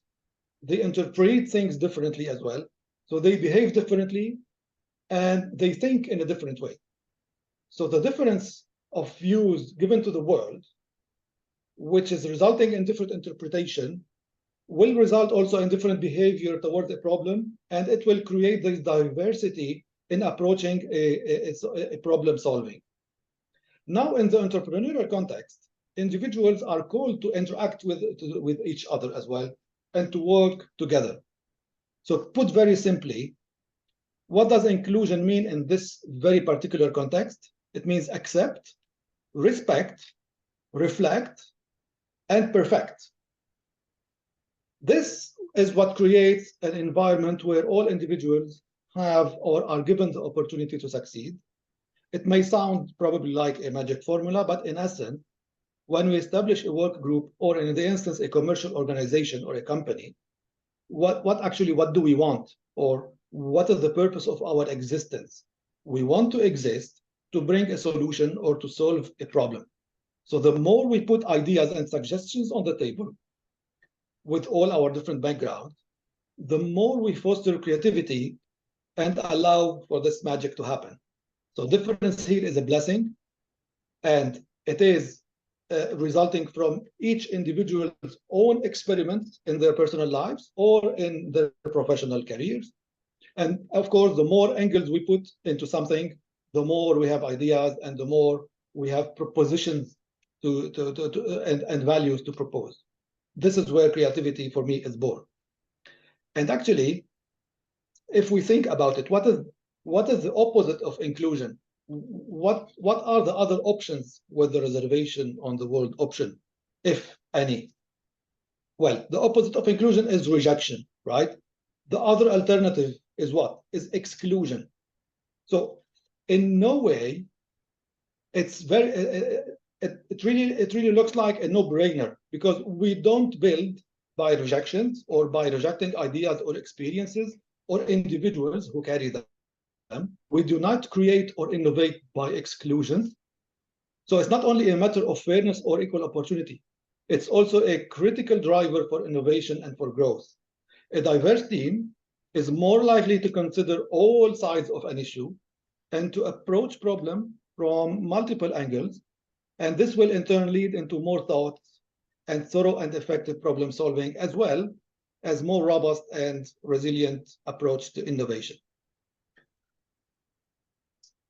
In that sense, inclusion plays really a critical role in fostering innovation and improving problem solving within a company.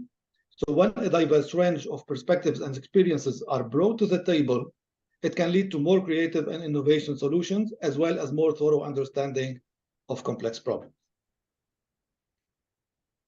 Excellent. So what is one message that you would like to share with the world today?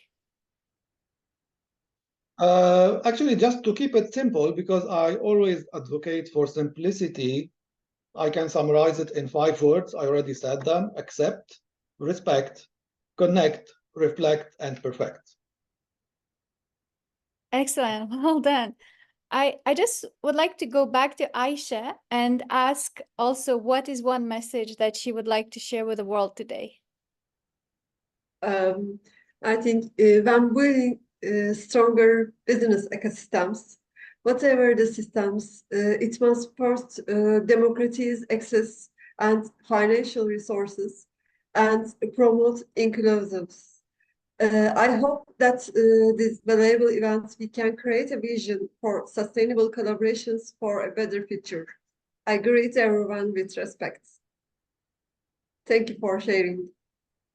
Excellent. Thank you so much, everyone. And I just was wondering, like, whether any of you have some more remarks, or whether it's something that you would like to highlight for today, or...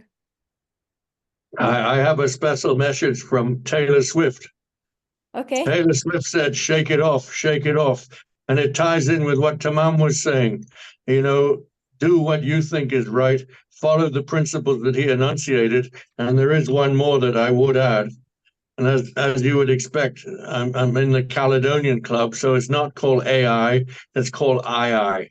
And of course, artificial intelligence does have a key role, a complementary role to play, and I would add that onto the list that Tamam just mentioned. So shake it off and II. Thank you. Excellent. Anyone else?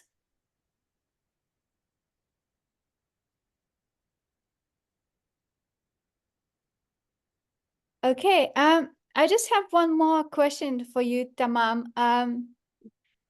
how much entrepreneurial inclusion play a role in corporate governance? Can you highlight some of that? Yeah, absolutely. Actually, well, because it ensures that diverse perspectives are considered, inclusion essentially plays a significant role in corporate governance. So it impacts various aspects of organization, whether the decision-making process or the organizational culture or the stakeholder relationships, or even as a result, the overall company performance. And as I mentioned previously, inclusion, it is a process, but it is a strategy, okay? And more often, the tone of any strategy is given on the top. So I can give an example for how corporate governance embeds or adopts the inclusion strategy. For example, in nomination policies, through the way of appointing board members from diverse, probably backgrounds, including gender, ethnicity, age, professional experience, etc., or through encouraging and supporting diverse talent within the organization to have access to leadership positions, or even to adopt practices and policies promoting inclusion across the organization and monitor compliance thereto and hold people accountable for it. So how this role is played, I can think of the impact of inclusion on many levels or many aspects. First or foremost is the decision-making process.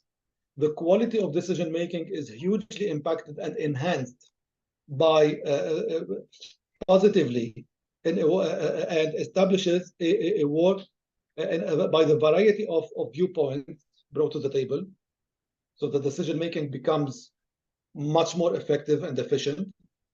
The culture itself of inclusion, it fosters equity and collaboration, and this establishes in turn a positive work environment where people feel valued and motivated. And of course, stakeholders' trust and satisfaction. So inclusion can improve relationships within the various stakeholders, including the shareholders of the company, the customers, the suppliers, the employees, the investors, most importantly, the investors. It also builds a stronger customer loyalty and market presence because companies would have better understanding of customers' needs. So this competitive advantage will be also the ability of the organization to innovate and to bring new ideas, and also to attract talents, and to attract investors, and to attract third parties to it. So, you know, I cannot stress on it enough. Inclusion is not just a moral or ethical consideration or a simple matter of compliance. It is a strategic imperative that offers a strategic advantage to any organization. It has a direct impact on decision-making. Therefore, it is definitely a critical factor, not only for success, but for sustainable success. Because it gives the business in today's diverse a high competitive and dynamic market edge. Excellent. Thank you so much for sharing this with us. And I would like to congratulate and also to thank all the panelists, including keynote speakers who participated in our discussion today. So thank you, Richard. Thank you, Aisha. Thank you, Dan. Thank you, Joel. Thank you, Tammy. Thank you, Gabriela. Thank you, Tamam.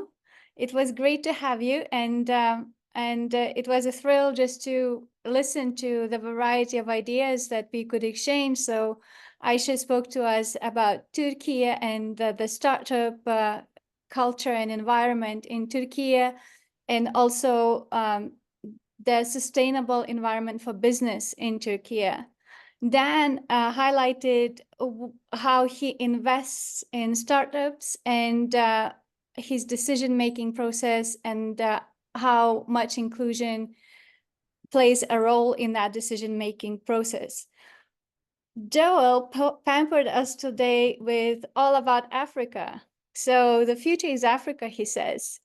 And hopefully this is the message that we are going to leave this panel today, that the future is Africa, and you gain the most investment return if you invest in Africa.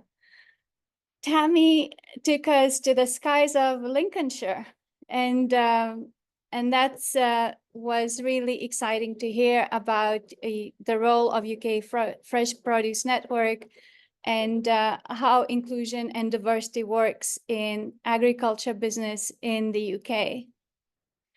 Gabrietta entertained us with the three generations, the millennials, the Generation Z, and also the new upcoming Alpha. So here we definitely becoming more technological going forward. And Tamam, thank you so much today for highlighting the governance and taking the lead on corporate governance and entrepreneurial inclusion and the experiment and the business and success. Thank you so much, everyone. And Juan, thank you so much for arranging this amazing panel and amazing conference today. And I believe we are ready to invite Right Honorable Baroness Sandy Verma to join us. Thank you very much, Sol, and all our panelists for this engaging discussion. Truly amazing. I did miss the empanadas in the embassy, but I'll make that up very soon. So before we conclude, I am delighted to welcome our final speaker for today's closing remarks. Please welcome the Right Honorable Baroness Sandy Verma, a distinguished member of the House of Lords. Thank you. Thank you very much, Anne, and good afternoon to you all. It's been a very insightful session for me to listen in on, and a great privilege actually to reflect on the profound discussions and innovative ideas that have been shared throughout the afternoon. The theme, fostering diversity and inclusion in entrepreneurship, building stronger business ecosystems, has resonated deeply with us all, I think, and thanks to the invaluable contributions that have been made by our global community of experts. The journey today began with inspiring words from our country chair, Juan Cabrera, followed by the global overview from Baybars Altunas, the chairman of the World Business Angels Investment Forum. The opening remarks actually did set the stage for an afternoon filled with collaborative dialogue and strategic insights. Her Excellency Linda Scott, Richard Moyer, and PJ Surani's session leveraged the importance of diversity for innovation and demonstrated how embracing various perspectives can drive sustainable, substantial advancements in our industries. Her Excellency talked about working in Namibia and the opportunities there. I spend a lot of my time in East Africa. We have a large renewable energy business there, and I concur with the possibilities and the opportunities that exist in Africa, and agree with Joel on his comments around the future being bright in Africa. And we should look to the continent because it is beautifully resourced, beautiful weather, and incredible people. And I think that the value that he put in his contribution highlighted very much the missed opportunities so far. The roundtable discussion on inclusion in entrepreneurship around the world, moderated by our dear Sola Volakuti, was particularly enlightening, I think. The panelists, including, I see, and I'm going to pronounce this wrong, so forgive my pronunciation, Kazichi, if that's right or wrong, forgive me. Dan and Joel, Tammy and Gabrietta and Taman provided a really comprehensive view of global practices.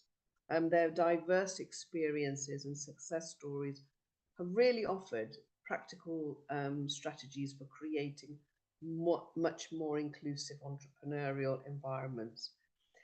Education has emerged in our discussions. It's through education that we equip individuals with skills and knowledge necessary to drive innovation and leadership. By promoting initiatives, we ensure that all individuals, regardless of their background have the opportunity to contribute and benefit from a thriving entrepreneurial ecosystem. But it's also about creating and having accessibility to the networks. And Richard, when you spoke about networks and net worth, I actually find that a really significant point. And wherever I go, when I have the opportunity, I do often say innovators don't always come from the sort of backgrounds that have those networks. And so they need to be able to enter in so that they can actually build on their net worth. So there is a lot of work that needs to be done. And I think, the way we're shaping the world with the technology advancements, it should really enable us to do things a little more differently, I think, so that we do have access, which is much more easier for people from very, very different, diverse backgrounds. Today's sessions have also underscored the significant role of emerging countries in the global entrepreneurship landscape.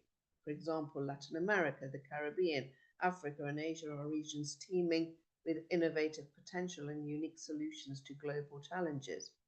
And of course, by nurturing them in these areas, we can also be the drivers for economic growth and foster social equity.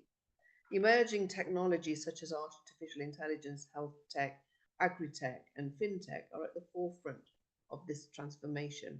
And therefore, it is critical that those regions, those areas are not left behind, because technologies have the power to revolutionize industries, improve efficiencies, and address critical issues such as poverty, healthcare, accessibility, food security, and financial inclusion. And sadly to say that we still have that huge disparity, because we have not really found the ways as yet to be able to drive the market to be much more equitable, simply because we still work often with 20th century modeling rather than 21st century modeling. And I think it's a reflection of how innovators need to make the space for themselves to be able to drive that, not just nationally, but to have sustainable development globally. The United Kingdom, I'm pleased to say, plays a critical role in these efforts. And as a global financial centre, the UK supports innovation through cross-border investments and collaborations and entrepreneur social ecosystems worldwide, and we leverage its strengths in education, finance, and international trade. We in the UK have in the past and continue to empower entrepreneurs from emerging regions, fostering economic growth and sustainable development through inclusive business practices. As we conclude today's event, though, I want to extend my deepest gratitude to all of those speakers and panelists and participants who, through their insights and expertise, have been instrumental in shaping the understanding that we have on how to build stronger, more inclusive entrepreneurial ecosystems. And I really, really want to thank the organising committee and my colleagues whose dedication has made this event possible. It's so important that these discussions are on the agenda all of the time if we are to make possible change. When I reflect on my own journey, and I will be celebrating 18 years in the House of Lords next week, and as a businesswoman of 40 plus years, and as a parliamentarian, and as a member of the House of Lords, and a strong advocate for inclusion, diversity, and equity, I've seen firsthand the power of collaborative efforts in shaping policy and fostering growth. It is not difficult if great minds come together.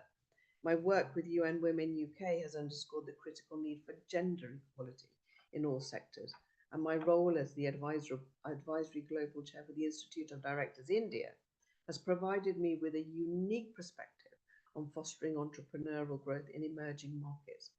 I also, as I said, work very much in Africa and have seen the transformation that is taking place across the continent. Looking ahead, though, the World Business Angel Investment Forum will continue to serve as a platform for addressing critical issues at international forums such as the United Nations, the European Union, the G20 countries, because it's our aim to develop a common roadmap for entrepreneurs, for startups, for SMEs, to enable them to emerge stronger and have those partnerships and collaborations available for them to access.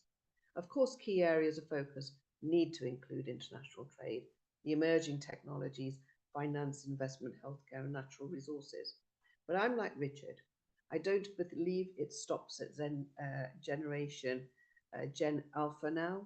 It actually is a life journey, and all of us are interdependent on each other to be able to be innovators. And I think sometimes we have a pit of us against them when we shouldn't. It's about inclusion, and that includes everybody. So I'm delighted to announce the upcoming World Congress of Angel Investors, which will commence on the November 19th and continue until November the 28th at the Four Seasons Hotel in Bahrain Bay. We warmly invite all global stakeholders to join us in Bahrain for this premier gathering of equity and capital markets. WBAF 2024 Bahrain will be held under the esteemed patronage of His Royal Highness the Crown Prince and Prime Minister of Bahrain, Prince Salman bin Hamad Al Khalifa. We extend our heartiest gratitude to His Royal Highness for his unwavering support of global economic empowerment through entrepreneurship, innovation, and angel investment. And in conclusion, I'm confident that the collaborative ideas, the knowledge exchange, the training programs, the workshops, the global networking opportunities from the World Business Angel Innovators Week will empower us all. By working together with a shared vision and innovative approaches, we are well positioned to drive positive change in the global economy, but it has to be a driven change for everyone. And therefore, diversity, inclusion, equity, and equality must be at the heart of everything we do. And I think, as we all agree that there's much to be done. What we don't always agree on is how. And I think that's where it's so important that these forums find common ground. And so on that note, I would like to once again thank all of you for your perspectives. And I look forward to continued collaboration with a collective success. Thank you very much. Thank you, Baroness Verma, for those powerful closing words. Well, this concludes our event for today. I want to extend my deepest gratitude to all speakers for their invaluable contribution. Have a wonderful day, and we look forward to see you again on our next event. Okay. Thank you.